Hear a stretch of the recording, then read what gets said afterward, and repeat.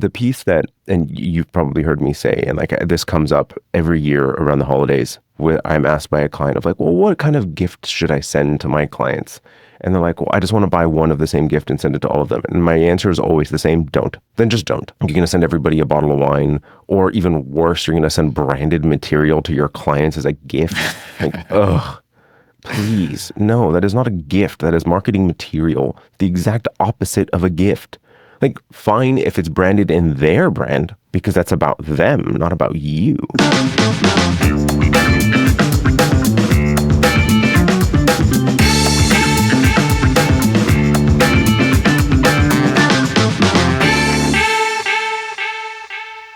All right, so most agencies think retention is about doing great work and delivering on time.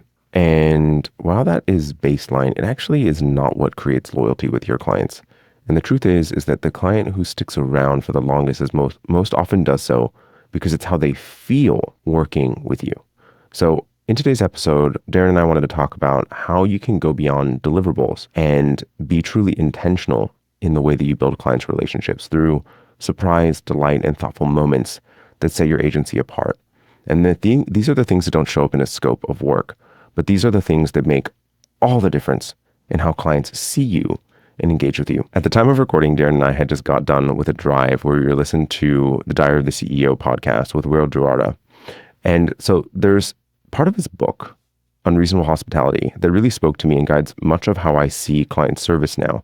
And I'm actually going to grab a section of the book. I'm not going to read the book to you, but I'm going to grab a section of the book so that you can hear a piece that I just think is really impactful. That night was the saddest I'd ever been or ever wanted to be, and the same was true for my dad. And yet, in the midst of that sorrow, Chef Bouland and his staff were able to give the two of us what still feels like the 4 of the best hours of my life. It's astonishing to me that one of the most famous chefs in the world stayed into the wee hours to give us a tour, but the meal was so beautiful and so long that by the time Daniel was embracing us goodbye, my dad and I were the last people in the entire restaurant. Not the last guests, but the last people, period. There was no check. I'd already happily chosen a life in restaurants. But that night, I learned how important, how noble working in service can be. During a terribly dark time, Daniel and his staff offered my dad and me a ray of light in the form of a meal neither one of us will ever forget. Our suffering didn't disappear by any means, but for a few hours, we were offered real respite from it. That dinner provided us an oasis of comfort and restoration, an island of delight and care in the sea of our grief. When you work in hospitality, and I believe that whatever you do for a living, you can choose to be in the hospitality business. You have a privilege of joining people as they celebrate the most joyous moments in their lives, and a chance to offer them a brief moment of consolation and relief in the midst of their most difficult ones. Most importantly, we have an opportunity, a responsibility, to make magic in a world that desperately needs more of it. And so my take on this, right, and obviously those of you listening, unless you have a other side hustle that's a restaurant, hospitality, I think, is the way that we engage with each other and how we actually see the other person that is around us, in our presence, working with us, and how you are able to acknowledge that human. And I feel like so much of the world has become very transactional. And as Maya Angelou said, people are not going to remember what you did, but they'll remember how you made them feel. And I want you to think about how you're making your clients feel. It's not about what you delivered. And yeah, sure, that's important. You have to have the impact. They have to have the business outcome. They have to have all those pieces. But that's baseline. If you're not doing that, frankly, you have greater problems than what we are talking about today. And this is not the episode for you. But if assuming that you're delivering on the base promise of what you are selling, then great work is just expected. But connection, that relationship that two people develop, is what actually creates loyalty. And that surprise and delight is making them feel seen and valued. Yeah, I mean, my takeaway from the overall book and our ride back is that it's really an experience, right? Because what is going to separate you, right? It is that experience that people are looking for, right? When they're working with people in their agencies, like, okay, cool, you do great work. Like like you said, that's the bare minimum. And I feel like I can get that from anywhere. But what is drawing me to you is that connection, is that experience that I'm feeling when I'm working with you. and the way that you make me feel. It's like the way that I feel about the work, the way I feel about our overall engagement, because it is a relationship at the end of the day, right? Yep. And you want to build that great relationship. You want to build that great experience, and you want people to continue to come back. That is something that is going to separate you miles above just your ordinary vendor. So one of the things that I find, and this is my way of approaching it, and you guys may have heard me say things like this before if you've listened to the podcast for a long time, but I like to be quite personal. And actually, this morning, we were looking at a birthday gift for a client. And so I'm sitting thinking about what does he like to do in his spare time. I'm thinking about his children. I'm thinking about who he is as a person. I'm thinking about him as an individual. I'm not thinking about how do I make impact to the relationship necessarily, but I'm wanting to just recognize him. And it could be an inside joke between the two of you, as an example. It could be a personal interest. It could be a milestone of something that has actually happened in their lives. It could be a book with a topic that they care about or the two of you guys have discussed. And you can highlight a section of the book that has meaningful impact to you and a little handwritten thing that goes inside of it. It could be something that's branded for them, or it can be branded with like a funny phrase or something from a call that you've had. And there's loads of little things that you can go about delivering something that just creates that intentionality where someone realizes and knows that you actually are paying attention to them, that you see them. And one of the ways that we go about this is we do have this running list. And I mean, I get to know clients very closely. And so I do know them quite well, their preferences, things that they care about. But we also do have like a running list of these preferences and things that they like for each client as well, that allows for us to be able to like get our creative juices flowing. And it's vital that you think about the individual. It's vital that you see them as a human being. Okay, I'm going down a rabbit hole here for a second, but the reality of the modern world, and one of the things I hate most about it, is that in the digitization of the world today, we have become a whole lot less human. We have tried to scale human relationships with the likes of social media, and it is created for a mass disconnection between one person to another, which creates an opportunity for you listening,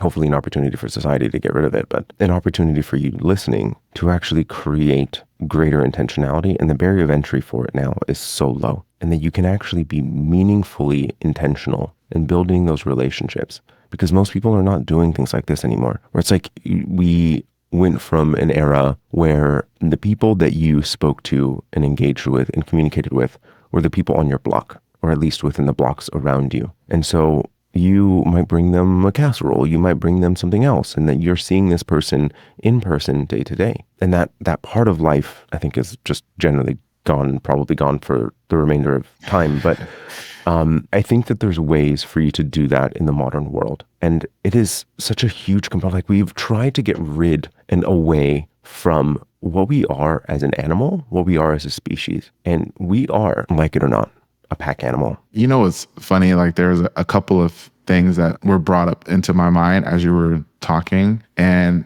just yesterday, we were talking about how the different generations like interact with each other, coming to each other's house. Like one generation would just come knock on the door, be there from 7 a.m. to 7 p.m. Our generation, or my generation, would send you a text message like, "Hey, I'm outside."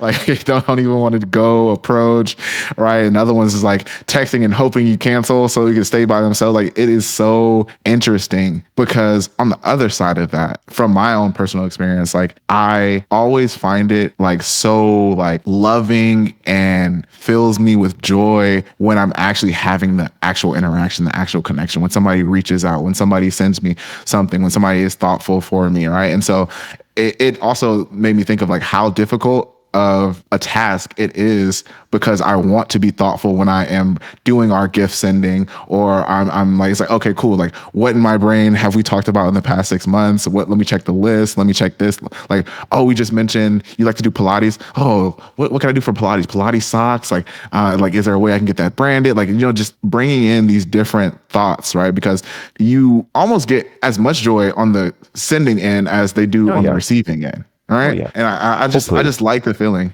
especially when like somebody recognizes that, like, hey, like they actually took the time to call out our inside joke, or you know what I'm saying, like build that connection even more. And which is why I said like it's about the experience as well, right? The experience of working with you is because I guarantee you not every agency is sending something that's personalized. I might send you our automated letter. It's not even signed by me. You know what I'm saying? Like it's just the standard message and the postcard just to check the box, right? And so you need to go from checking the box to delivering the box. Like, if you get what I'm saying.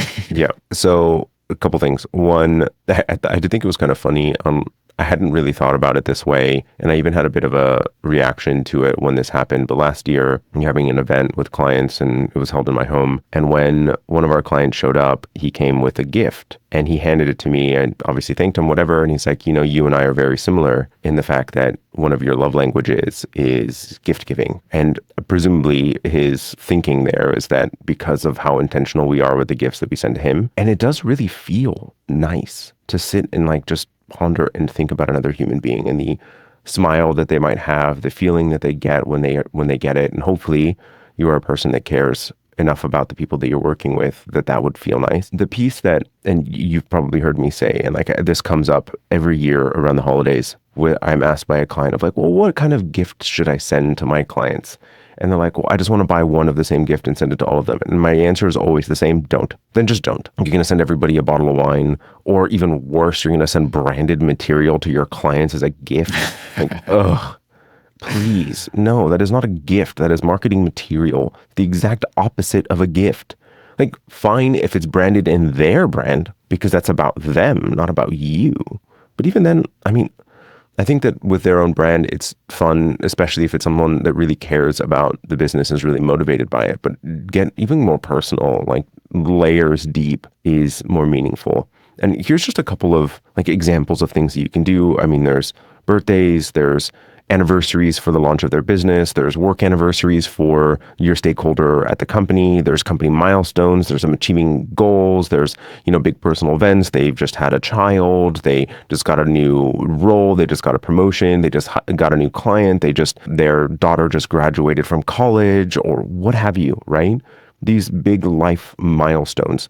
And I like to go a bit out of the like normal kind of timeline. Like as an example, like small little things. So here's an example of one. A client was going through a particularly stressful period of time. He had just moved homes across the country. He was going through a pretty significant amount of new business calls and all sorts of things, like was trying to unpack and deal with all these things.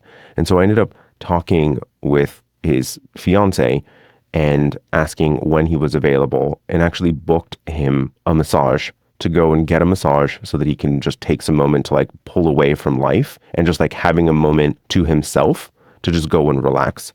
I think it's funny that I'm constantly mentioning male clients when most of our clients are women. But again, that was the example. There's just like little pieces where it's like there wasn't like an event that was happening. Like I just knew that he was going through something at that moment. And then just knowing that someone else saw you and that you noticed and just recognized that you were going through something in that moment and that they were thinking about you. Even just that, like it didn't even need to be a gift where I had gone to that length. It could have just been a nice little handwritten note. Like, hey, I noticed that you're going through things, thinking about you. I hope you're well, that kind of thing. And not in an email, but something that feels a little bit more personal and intentional. A simple call, a shout out, just shows that you're paying attention to them. Yeah. And I think it's funny because in one of our things that we do is like we have it on like a cadence, but it never feels like a cadence, if that makes sense, right? So we'll also like break it up here and there with like the little things. Like it doesn't always have to be a big thing, right? Because in relationships, when people are like, "Oh, you got flowers," that must mean you messed up. Like, or it's like one of those special days, right? So it's like you don't want it to feel like, "Oh, I'm just doing this just because," right? You want it to feel like it's personal. You want it to feel like it's flowers personal. every week. You want it to feel like it's do. personable. You do.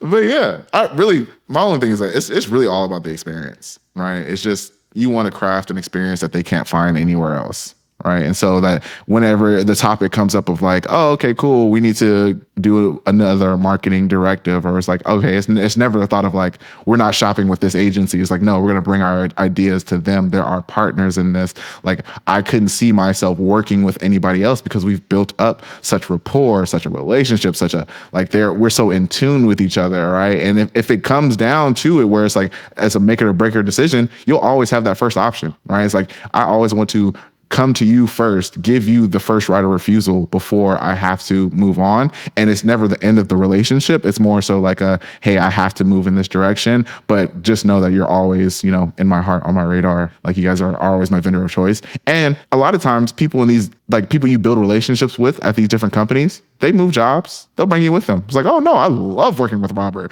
Like, I worked with him at our last agency. I don't know who you guys got over here, but I got a guy, right? And then it just kind of spreads that way, right? And I've seen a lot of agencies grow in that manner as well. It's just like by building out that experience with, the CMOs and whoever that hop around jobs. And now you have 4 different new clients because this person continues to move and they continue to recommend you, and they continue to want to sustain that relationship, that experience that you have provided them. 100%. I want to divert the conversation a little bit into some like the business practicality pieces too, right? So like we're talking about like the very personal components, but you can also apply these types of like surprise and delight components to business. And I want to give a couple of examples, and then I want to give the overarching thought process. So it could be something simple as like a quarterly personal touch point where you're just like surprising to call them and just saying hi, to check in on how it is that they're doing, how they're feeling about the work that you're currently working on. It could be you doing like a bonus insight in a report. It could be a video walkthrough of something that they didn't specifically ask for. Or you could be thinking about, hey, they're going to need this additional thing on top of what they have contracted with you with. And mind you, I would want you to include that in your assumption of how much time you're spending. But we've already taken care of this for you already kind of message, and just kind of surprising them with generosity, attentiveness, speed, and kind of bringing these like emotional moments into the work. Because the reality is that we are incredibly emotional creatures as animals, right? Like, we are incredibly emotional creatures, and there's so much nuance to anxiety, to nervousness, to fears, to all sorts that's happening throughout the engagement while you're working with a client. And a lot of them are quite similar. And so if you're thinking about the experience for a client, especially at the very beginning, where they know you very little, they do not understand what this work is going to look like. They feel like they feel comfortable in the direction that they have chosen to move forward with you, but also feel uncomfortable in the fact that they don't actually know you. So there's still risk factor there. So how do you think through the emotional experience, both the good and the bad, highlighting the good, reducing the bad? There's an incredibly good book, Never Lose a Customer Again, Joey Coleman, that goes through this idea in a lot of detail of like how to go through the first 100 days of a client experience. But then I want you to like take that idea and then just extend it throughout the entire frame, the entire timeline that you have a relationship with the client. Like, it doesn't need to just stop there. Sure, maybe you do a little bit more of it at the beginning to make them feel more comfortable, create greater relationship reciprocity. But I want you to be thinking about the experience of that person. Like, how are they going to feel in this moment? We are giving them a direction that is very far away from what they initially asked for. We believe this to be important and true, but maybe we need to like make it a little bit grander. So we are going to send a printed thing to them so they can physically open, and it feels like a surprise actually revealing the work that we are doing. So it just feels more fun and exciting. So it doesn't feel as scary and risky. There's like loads of just little things that isn't very expensive that you can do to be able to do and have meaningful impact to how people are experiencing the work that you have with them. I think that there always is. And also sometimes I would say that the things that don't cost the most money typically mean the most, right? Reaching out to somebody when they need it and just showing up and being there is typically one of the things that is like going to stick with you. Like that Maya Angelou, I'm going to remember how you made me feel in these different moments, right? And I really just can't say anything more than it's just the experience and being human, connecting with them on a human basis, right? You're not just a vendor. Yes, you are a vendor, but you're somebody who is going to not only get them to their goal, but they're going to enjoy the process of doing it with Hopefully. you, right? Hopefully. So there's one piece that I want to say that I think is important here too, right? It's like I'm a very systems oriented person. Surprise if you've been listening to this podcast for a while. But you also want to make sure that it doesn't feel robotic and that it just always happens at the same time and it doesn't actually have, like, there needs to be some aspect of spontaneity to it. And in that book, Unreasonable Hospitality, that I read the quote earlier in the episode, they had an actual role, a person at the restaurant that was specifically dedicated to this. I'm not telling you that you need to specifically dedicate a person in your agency to doing this unless you're of a substantial size. But I do want you to set aside time, and like maybe it's just once a month that each team member is supposed to do something special for any client. They can pick whoever they want to do. And so it's a process, it's a system, but it feels spontaneous to the client and even to the person because they are then choosing someone new. And maybe you put some constraints where it can't be the same person every quarter or every month or whatever, but you're just doing something a little bit nice, a little bit fun, a little bit, it just creates a little bit of magic in that world, in the world that we live that does lack a lot of it. I think that it's just, retention doesn't just come from the results that we deliver. It comes from relationship. And if you do want clients to stick around, surprise them, delight them, show them that they matter beyond the money that is going to enter your bank account. Because it isn't about spending tons of money. It's about paying attention to them. And when you treat clients like people, not just accounts, you build loyalty that no competitor can ever undercut. Hey everyone, thank you so much for listening in today. With all of the shifts in the industry, it is easy to feel overwhelmed or unsure of your next move. So I'm not here to try to sell you anything. I just want to give back and guide you through the uncertainty. Whether you're navigating new trends or just need some clarity, we're here to listen and offer advice.